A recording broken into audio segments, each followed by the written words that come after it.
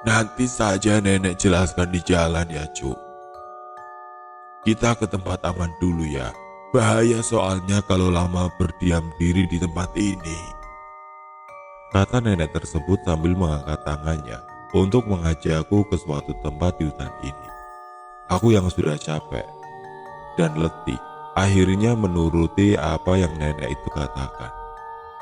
Seperti sedang terhipnotis, aku akhirnya mengikuti nenek tersebut dengan cahaya obor sebagai penerangnya, tanpa sekalipun mempertanyakan tentang dirinya yang sendirian di tengah hutan. Hingga akhirnya aku kini kembali berjalan secara perlahan di tengah hutan, ditemani dengan cahaya obor dan sesosok nenek yang tiba-tiba datang entah dari mana. Terlihat sebuah gubuk kecil di dekat tebing yang menjulang tinggi di tengah hutan. Gubuk yang sepertinya sudah lama dibangun dan ditinggalkan oleh penghuninya. Entah siapa yang membuatnya di tengah hutan seperti ini, namun yang pasti, gubuk itu kini dipakai oleh nenek yang ada di depanku untuk dijadikan tempat tinggalnya. Aku yang berhenti sejenak di depan gubuk karena aku merasa seperti ada banyak sekali yang mengawasiku di tengah hutan. Membuat nenek itu tiba-tiba berbicara dan membuatku tersadar kembali. Ayo masuk, Cuk. Oh iya, Nek, kataku sambil kembali berjalan mendekati gubuk tua tempat nenek tinggal. Nenek tersebut kembali tersenyum. Tidak ada aura yang mencoba menekanku dan membuatku ketakutan, seperti para makhluk yang menampakkan dirinya kepadaku beberapa saat yang lalu. Maaf ya, Cuk. Seadanya saja ini tempatnya. Bagaimana atuh dah? Nenek, tidak ada yang bisa diminta tolong di sini. Kata nenek tersebut sambil membuka tirai itu. Iya nggak apa-apa, Nek. Malah aku ngerepotin nenek kalau ikut menginap hingga pagi tiba. Kataku sambil ikut masuk ke dalam gubuk kecil itu. Gubuk itu terlihat sangat sederhana. Hanya terdiri dari beberapa ruangan kecil yang menyatu menjadi satu.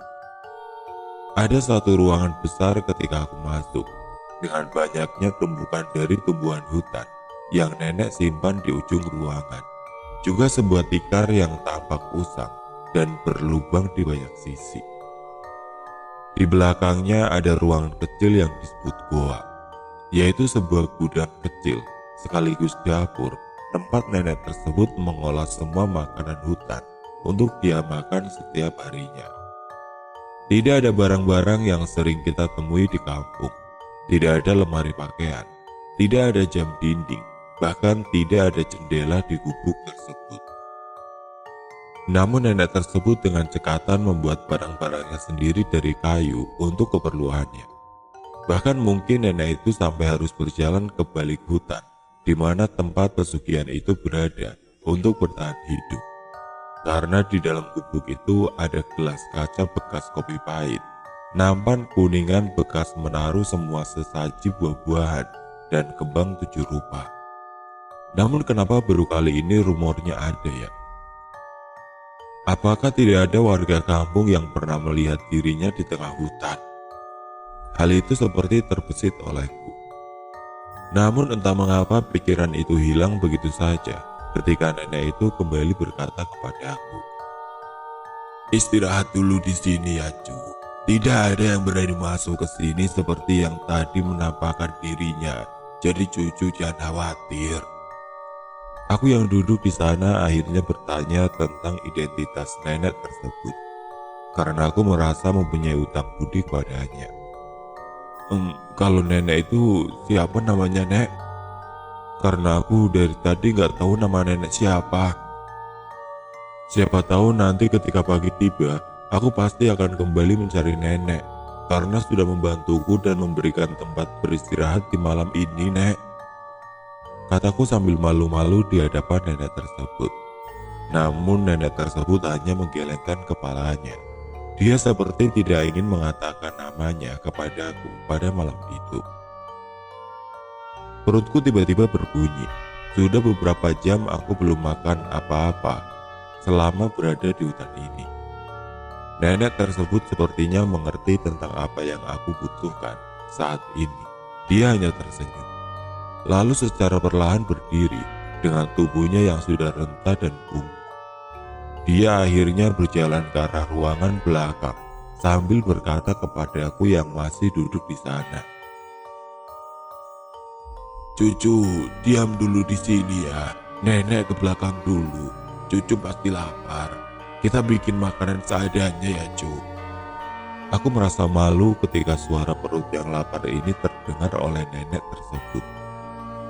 Bahkan dia dengan sangat baik ingin membuatkan aku makanan. Alhasil aku hanya bisa mengangguk tanpa sekalipun menatap wajah nenek tersebut karena aku sangat malu akan keadaanku pada saat ini. Tidak lama terdengar suara-suara seseorang yang sedang memasak dengan percikan-percikan api dari tungku yang menyala dan terlihat dari sela-sela dinding ruangan yang bolong karena usia. 10 menit berlalu aku yang duduk dan melihat ke sekeliling gubuk tersebut akhirnya mencium suatu bau yang enak dari arah belakang. Dan tidak lama, nenek tersebut datang dengan nampan bekas sesaji dan potongan daging hewan di atasnya. "Ini masih ada sisa daging babi hutan, Cu. Maaf takutnya cucu tidak suka, tapi ya mau gimana, cuma ada ini di sini," kata nenek tersebut sambil menyodorkan itu di depanku. Jujur seumur hidupku aku belum pernah memakan babi hutan. Apalagi ada larangan dari tradisiku yang tidak memperbolehkanku menyantap daging-daging hewan buas yang bertaring di dalam hutan. Namun daging tersebut terlihat sangat enak. Mungkin gara-gara tubuhku sangat lelah dan kini kondisi tubuhku sangat lapar, sehingga aromanya membuatku ingin sekali menyantap daging itu. "Kenapa bengong? Sok dimakan, Cu, biar ada tenaga," kata nenek tersebut sambil mengangkat tanganku. Akhirnya daging tersebut aku makan dengan lahapnya. Rasa daging yang terasa sangat enak kini seperti menari-nari di dalam mulutku. Padahal aku lihat daging tersebut hanya dibakar seadanya tanpa bumbu dan disajikan begitu saja. Aku makan dengan lahap hingga tidak terasa aku tersedak. "Pelan-pelan, Cu, makannya." "Aduh lupa, minumnya belum ya?" "Cu, mau buah-buahan juga," kata nenek tersebut dari ruangan belakang yang sedang membuat minuman buatku. Aku yang masih melahap makanan di depanku langsung menolak dengan halus. Dia sangat baik hingga mengeluarkan semua yang disimpan di ruang belakang dan membiarkan aku memakan semua makanan tersebut. "Gak apa-apa, Nek, gak usah repot-repot. Ini sudah cukup," kataku dengan sedikit malu-malu menjawab perkataan nenek tersebut. "Ah, tidak apa-apa. Kapan lagi nenek ada teman di sini? Tidak apa-apa. Ini buah sekalian aja buat cucu. Nanti nenek tinggal memetik lagi di hutan." Nenek tersebut berbicara sambil berjalan secara perlahan ke arahku. Tubuhnya yang bungkuk dan rentah membuatnya kesusahan untuk berjalan. Dengan sebuah gelas kecil berisi air dan sebuah mangkuk kecil berisi buah-buahan yang dia bawa dan disajikan kepadaku pada malam tersebut. "Makan yang banyak, Cu, supaya nanti pulas tidurnya," kata nenek tersebut sambil menyodorkan satu gelas air yang berwarna agak bening dengan buah-buahan yang tersimpan di atas mangkuk kecil bergambar ayam jago. Buah-buahan seperti pisang, apel, bahkan buah pir ada di sana. Aku pun bingung dengan buah-buahan yang mahal ini, karena sepertinya tidak mungkin ada pohon apel warna merah yang tumbuh di hutan ini. Nenek yang duduk tidak jauh dariku terlihat mengamati gerak-geriku ketika aku heran dengan buah-buahan yang dia bawakan kepadaku pada saat itu. "Kunaon, Cu?" katanya bertanya kepadaku. Sepertinya buah apel dan pir ini mah nggak tumbuh di hutan ini deh, Nek," kataku sambil sedikit bertanya. Aku bukannya tidak menghargai nenek tersebut, namun semuanya terasa janggal. Tidak mungkin ada buah-buahan yang mahal yang hanya dijual di kota muncul di hutan ini. Nenek tersebut tiba-tiba kembali terkekeh kecil. Jujur aku sedikit merasa ketakutan ketika nenek tersebut terkekeh-kekeh. Wajahnya yang keriput dengan rambut putih dan cahaya lampu minyak yang menyinarinya membuatku bergidik dan merinding ketika mendengar tawanya. Buah-buahan itu nenek baru bawa kemarin dari manusia yang datang ke hutan terus melakukan ritual. Sambil menunjuk ke tempat pesugihan yang diceritakan oleh bapak. Sok dimakan ya, nenek mau keluar dulu ya cu.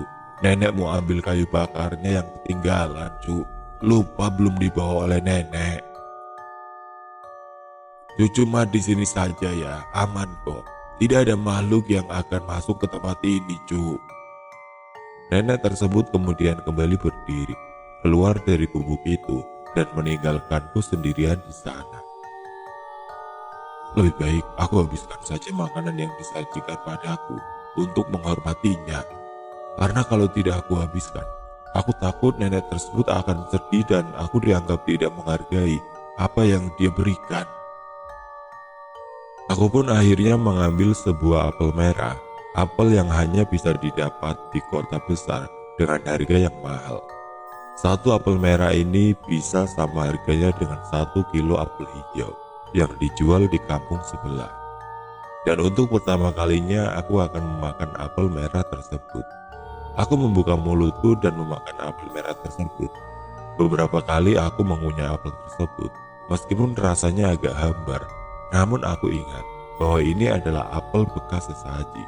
Jadi ya wajar saja kalau sari-sarinya sebagian sudah dihisap oleh para makhluk yang tinggal di sini. Tapi rasanya ada yang aneh.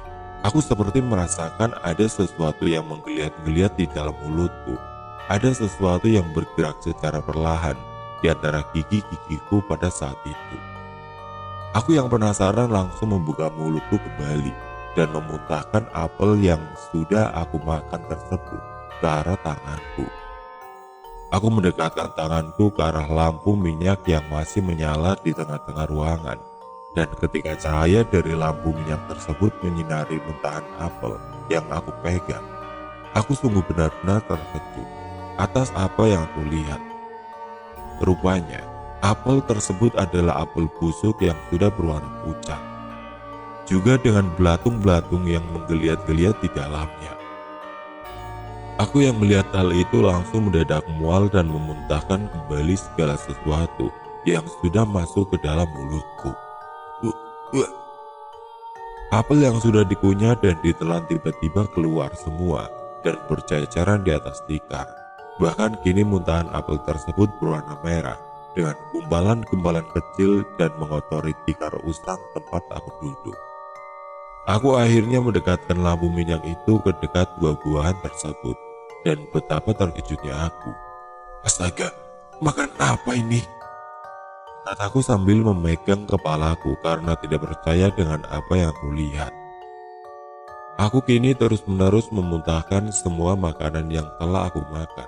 Meskipun tidak semuanya keluar, karena sebagian dari makanan itu tampaknya sudah sampai ke dalam perutku. Tikar yang menjadi alas dari ruangan itu kini penuh dengan muntahan-muntahan makanan yang bercampur dengan darah yang berwarna merah tua